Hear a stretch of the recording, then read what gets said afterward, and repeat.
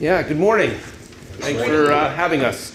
I'm Dr. Jonathan Spindell. This is Karina Howard and Carter Elliott. And what we'd like to talk to you about today is a project that we're working on using video games to do rehabilitation of people with dizziness and balance disorders. Now, you'll notice the backdrop on this slide is Starry Night, the infamous Vincent van Gogh, of course. The story, of course, goes with Vincent van Gogh that he cut his ear off and sent it to his lover, but in actuality, we believe that he suffered from something called Meniere's disease, which is episodic vertigo and roaring in his ear, and he was probably cut his ear off to try to get that sense of motion and that sense of roaring to go away. If you notice, a lot of his artwork includes swirls and things that indicate an experience, a long-standing experience with vertigo. Now, my own involvement in the program started with my early career working at NASA Johnson Space Center in Houston, where I volunteered as a test subject on the zero-gravity flights. And you'll actually see me floating around in the middle with a lot more hair and certainly darker hair. So that gave me a real appreciation for the value of the balance system and vertigo and so on. Now, when I left NASA in the mid-'80s and went to University of Virginia to pursue my PhD program, I actually did that in hearing and balance, worked on implantable hearing devices, but I also cross-trained as a vestibular physiologist, where I set up and developed and ran the clinical lab in the University of Virginia Health Center that worked with people with balance and dizziness disorders. So from that background, I had a long-standing interest in hearing and balance and what we could do about it. So that brings us to our program itself. So the idea that we came up with, and this is something I've been working on for a long time, is the idea, could we gamify vestibular rehabilitation therapy, vestibular exercises? Could we create game-based exercises that parallel the things that we would normally send home with the patient, make them more engaging, more interesting, and more likely that the patient would actually continue and finish the therapy that they needed to do? But center to this is the fact that I wanted this effort to be student-centered design. And so this is part of an ISAT capstone process. So Carter is here representing the 2022 team. So they started last year and developed, and he'll be graduating this year. And Karina is here representing the 2023 team that started this year and will carry through next year. So with that said, let me turn this over to Karina to tell you a little bit about her experience. Okay, so I became very passionate about this project because back in 2019, my father struggled from an ischemic stroke. This affected the right side of his brain, which gave it a deficit to his balance as well as his speech. From 1 to 2 years, he went to extensive occupational and physical therapy. And my father is a dentist, so I believe one of these treatments or methods would be very good for him because it will give him the ability to do it on his own time. Thank you, Karina. So with that said, what's the scope of the problem? Okay, where does this really come into play? Well, 30% of adults over the age of 40 have some sort of dizziness or balance disorder experience. 60 million people, roughly. That raises to 80% in people over the age of 65. It's the number one complaint of people going to the doctor over the age of 70. It's the number 3 complaint of all patients going to the doctor after headache and lower back pain. And in addition, 50% of soldiers coming back from war with injuries report dizziness as one of their post-injury symptoms, with an additional 5 to 6 suffering from dizziness post-deployment.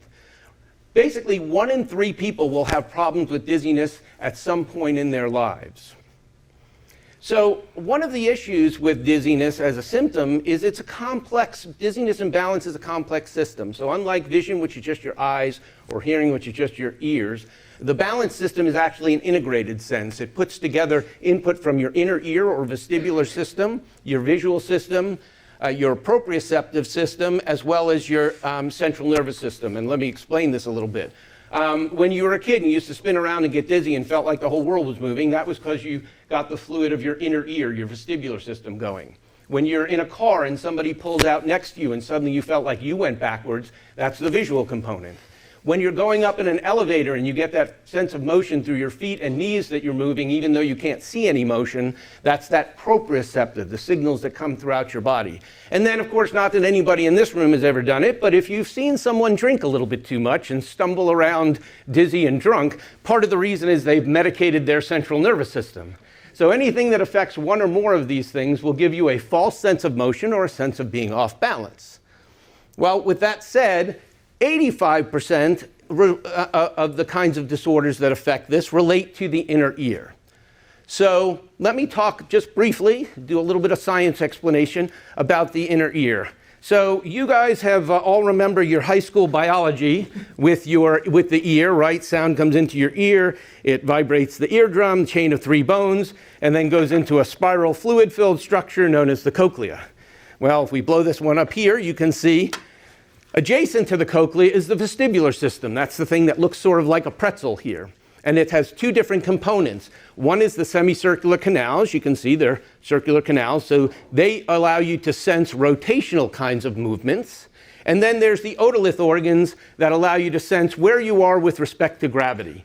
You take it for granted when you wake up in the morning, you know which way is up. Well, that's part of the system that allows you to do that. So with this complicated system, what do we do once something goes wrong? This is actually a picture from the New River Gorge, Surprise Rapids, and that's actually my leg sticking vertically out of the water. Now, I feel a little bit vindicated because the guide went out behind me, so I was only the second person out of the boat because the whole back of the boat folded in. But what do we do once something goes wrong? Well, fortunately, we have something in our brain called the adaptive controller. So the fact is we're all on a downhill slope from the age of 20 on. Our inner ear is changing, our proprioceptive system changes, our visual system changes. Hopefully our brain doesn't change for a while. But all of that contributes to a change. But we have this ability to adapt and tune. And if you think about it, an Olympic gymnast is born with good balance, but she's not born a gold medalist. She actually tumbles every day, she trains herself, walks the balance beam every day, and in some ways you can think of it, she makes herself superhuman. Well, in the same way, we can make use of the same adaptive controller to allow people that are having deficits to retune the system and retune it using something called vestibular rehabilitative therapy. So what is vestibular rehabilitation? Well, the current state is we send people home with a set of exercises. They're pretty straightforward.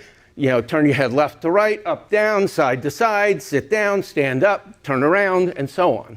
Obviously, these were developed in the 1940s to treat soldiers actually coming back from war. It's called the Cawthorne-Cooksey exercises. They're designed to promote that adaptive controller to compensate and desensitize.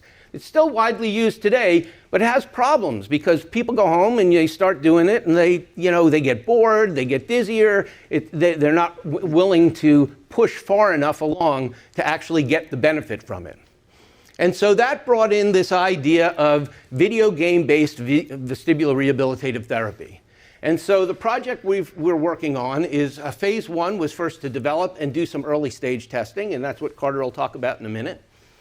Phase 2 is to enhance and look at other technologies like augmented reality and second-level testing. And then finally, the goal would be to continue to refine and test this in clinical patients.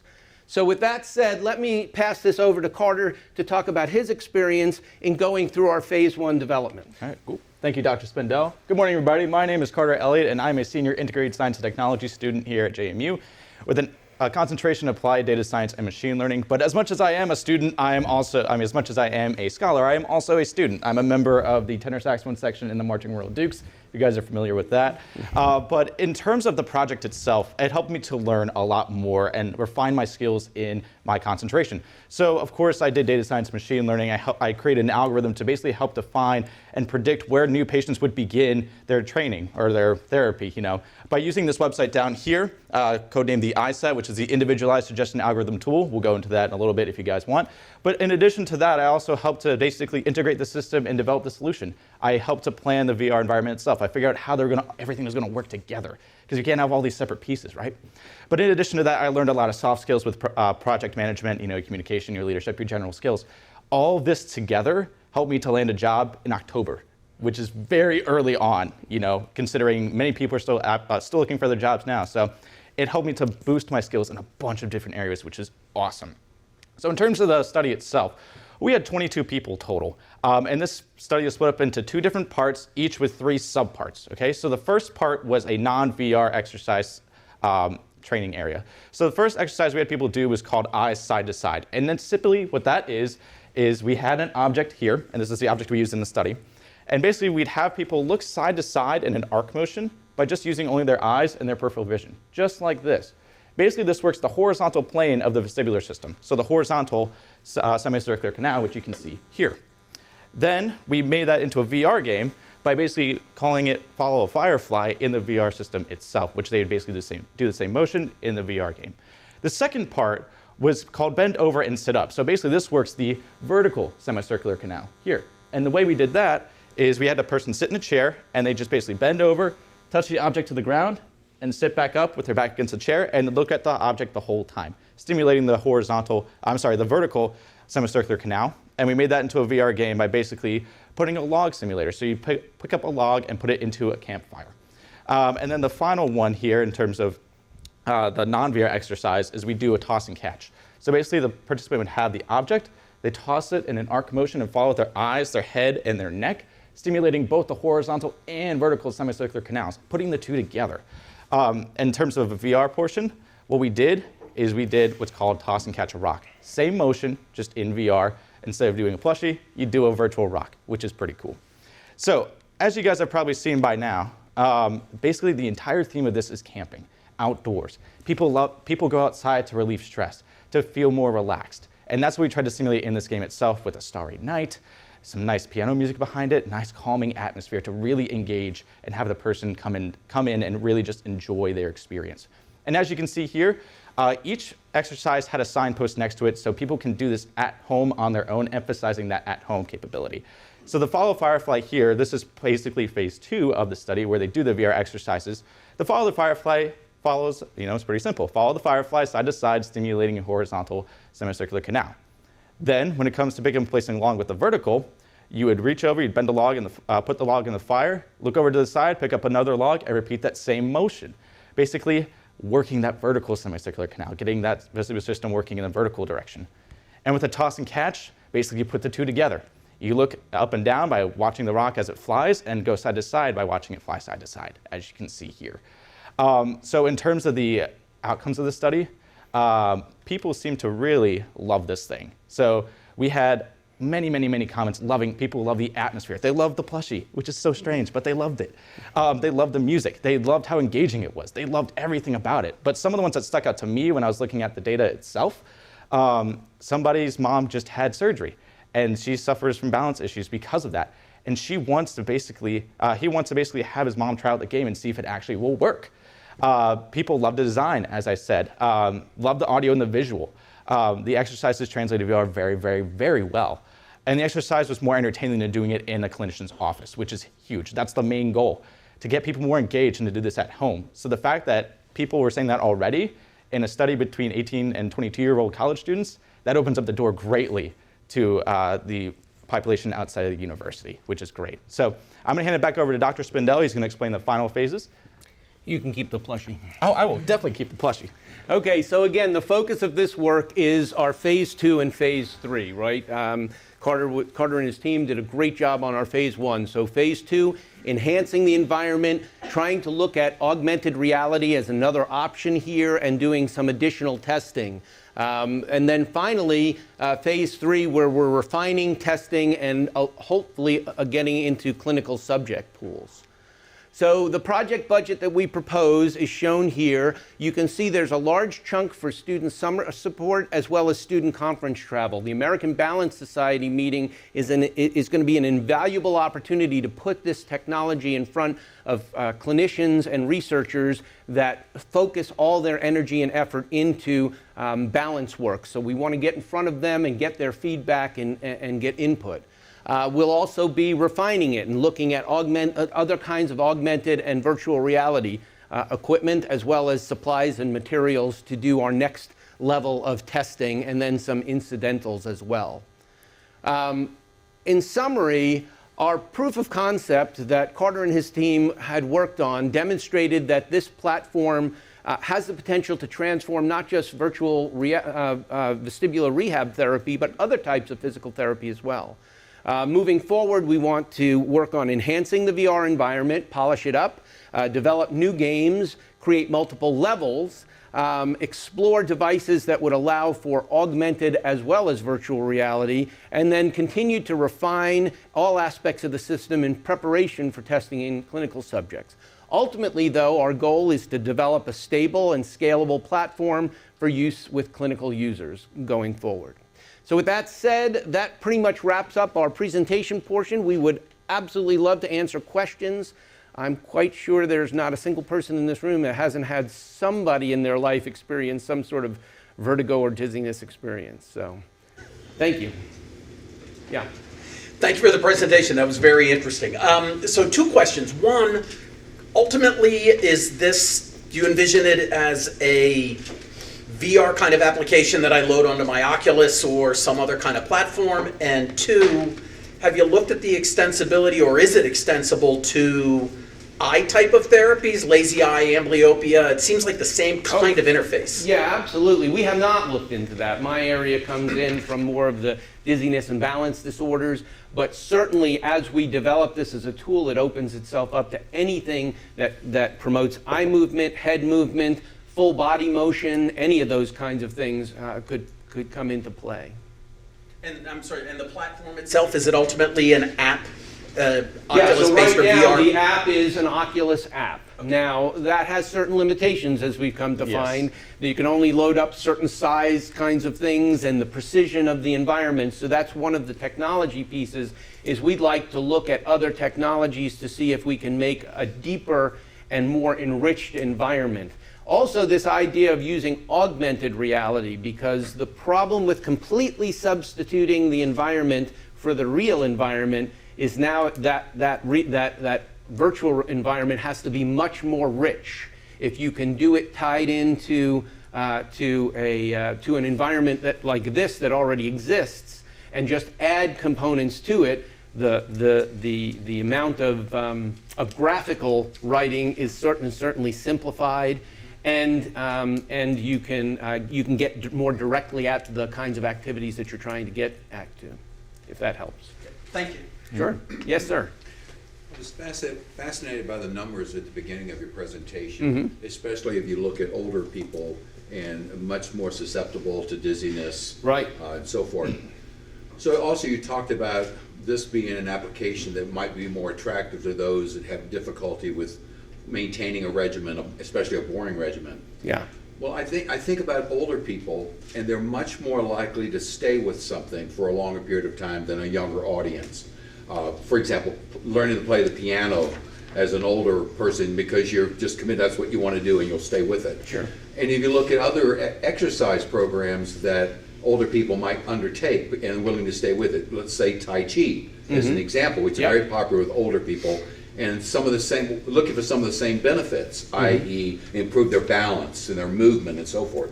So my question, after a long comment, is an integrated practice. How you might integrate this use along with someone who's practicing Tai Chi or yoga or some other movement, so they're not having to make a choice, but might integrate it into their practice. To what extent have you looked at some of those applications? Yeah, no, absolutely. So one of the side benefits that we didn't get into is that every video game now is internet connected, which means as a clinician, I'm not now sending you off with a set of exercises that I don't know if you do them or not. I can say, Mr. Jones, I see that you did your exercises on Wednesday, Tuesday, and Thursday, but you didn't do them on Monday and Friday. So I'm gonna encourage you to do those days, and I'm going to adjust the parameters of the game remotely to make it a little more challenging in the things that you're finding easier, and a little less challenging to give you a chance to sort of catch up. So in opening up that communication path, you can easily then integrate other kinds of therapies and other kinds of exercise and activities. One of the best exercises you can do for balance is what we call mall walking, where you're walking in a straight line, looking side to side as you go. But again, you have to get somebody to the point where they can do that. And so the idea of this is to try to bring them again up to a more normal level. But for all of us, we can always benefit from staying active, into our senior years to keep the system tuned. Another thing I will say too, if I can, is the beauty of virtual reality is we can change the environment to whatever you want. Right now, we just chose a camping scene because we thought that'd be the most engaging just to get people hooked in. But like you're saying with Tai Chi, like people do that outside mostly, right? You can change the environment to be more like a daytime environment, or like the mall walking, where you can just walk down and grab stuff from the shelves. The possibilities are limitless with virtual reality and augmented reality as well, because you just have to develop the different little assets, you place them in the world, and then you upload it to the Oculus, and that's it. So it's definitely a very, there's a lot of opportunity there to change it up. So it's pretty cool. All right, I have a question from our folks on the Zoom. Can you briefly elaborate on the tools used previously, Unity, et cetera? What vendors are tied to in order to scale this past prototype? And then Ron would like to know, in follow-up to that, any potential for collaboration with the X Labs on platforms and technologies? So one of the interesting things is the first thing I have all of the students do when they're entering into the project is take the X Labs course on virtual reality. So it kind of is a great way, it's great boot camp to get them up and running very quickly. As far as the build environment, yeah, I'll let you speak a little bit towards that. So we used Unity to do it. Basically, we have a dedicated developer. He basically is a CS student who changed to ISAT, who specialized in Unity development. So he's the one that built the environment in there, and he designed all the assets in a program called Blender, which is just a 3D modeling program. So he designed them in there, and then he added the skin, if you will, basically the textures on there. And he transported them over to Unity by just transferring the file over. So Unity was very inclusive in being able to include all the 3D modeling work and also the code and the scripts behind it. It's built into the Unity editor. So everything was integrated into itself. And like Dr. Spindell was saying with the VR class in X Labs, that's where I learned how to use Unity because I've never used it before. And that kind of helped me to understand what was happening inside the system under the hood. Even though I didn't develop it, but I could still look at the scripts and look at the assets and be like, I know exactly what that's doing there. I know what this is doing there. So Karina and her team are actually in that class right now, and Carter and his team took it in the spring of last year. Other questions? Yes, ma'am. How do you market this technology to, you mentioned 65 and 70-year-olds. Right. How do you market to them that they might not know what this is? Yeah. Well, there's a lot of different methods to get into that marketplace, one of which is obviously the clinician. The clinician, dizzy people are not the favorite patients of ENTs and family medicine people. They want the problem solved and move on. It's not something easily medicinally treated. And so, if family medicine and ENT folks know about this and can present it as an alternative to Cawthorne-Cooksey exercises, and that's one of the reasons why going to the Vestibular and Balance Society meeting is so important, because it puts us out right in front of the clinicians and the researchers who are doing this. If they know about it, then they would be our primary marketing folks as well. Well, unfortunately, we're at time, so thank you. Yeah, no, thank you.